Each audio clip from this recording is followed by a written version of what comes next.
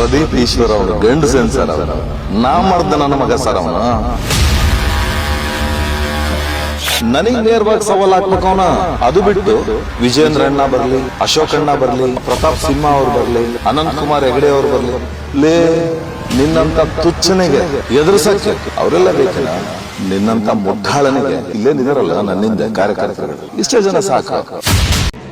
ಪ್ರಿಯ ವೀಕ್ಷಕರೇ, ಕೇಳಿದ್ರಲ್ಲ, ಇಷ್ಟು ದಿವಸ ಒಂದೇ ಪಕ್ಷದ ಒಬ್ರು ಪೈಲ್ವಾನ್ರು ನಾನು ನಾಮಪತ್ರ ಹಿಂದೆ ತಗೊಳ್ಳಲ್ಲ, ನಾನು ಹಿಂದೆ ಸರಿದ್ರೆ ನನ್ನ ಸಮಾಜ ಹಿಂದೆ ಸರಿಯುತ್ತೆ ಅಂತಿದ್ರು.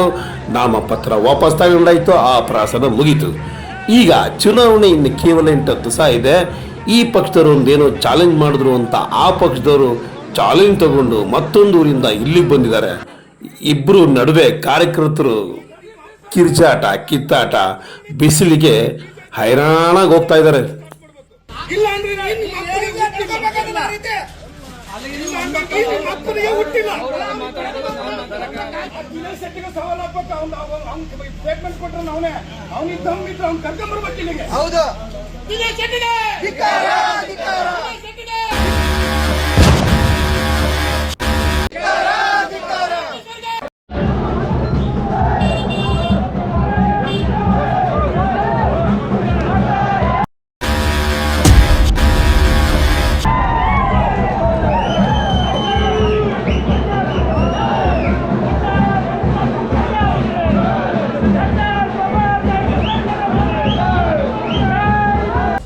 ಪ್ರೆಸ್ ಮೀಟ್ ಇಟ್ಟು ನನ್ನನ್ನು ಬೈರಪ್ಪ, ಯಾಕೆಂದ್ರೆ ಅಹಿಂದ ಹುಡುಗನ್ನ ಟಾರ್ಗೆಟ್ ಮಾಡೋದೇ ನಿಮಗೆ ಗೊತ್ತಿರೋದು.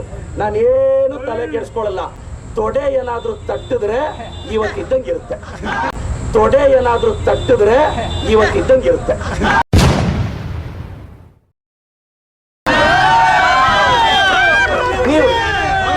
ನೀವು ನನ್ನನ್ನು ಏನ್ ಬೇಕಾದ್ರೂ ಅನ್ನಿ, ತಟ್ಕೊಳ್ಳೋ ದಮ್ಮಿರೋದಿಕ್ಕೆ ನಾನು ನೆಕ್ಸ್ಟ್ ಎಲೆಕ್ಷನ್ಗೆ ಬಂದಿರೋ ಪೊಲಿಟಿಷಿಯನ್ ಅಲ್ಲ, ನೆಕ್ಸ್ಟ್ ಜನರೇಷನ್ಗೋಸ್ಕರ ಬಂದಿರೋ ಪೊಲಿಟಿಷಿಯನ್ ನಾನು. ನನ್ನ ಸಮರ್ಥ, ನನ್ನ ತಮ್ಮ ನೀವೆಲ್ಲ ಗೆಲ್ಲಿಸ್ಬೇಕು. ಸಮರ್ಥ ಓಟ್ ಹಾಕ್ತೀರಾ? ಕಾಂಗ್ರೆಸ್ ಪಾರ್ಟಿಗೆ, ಕಾಂಗ್ರೆಸ್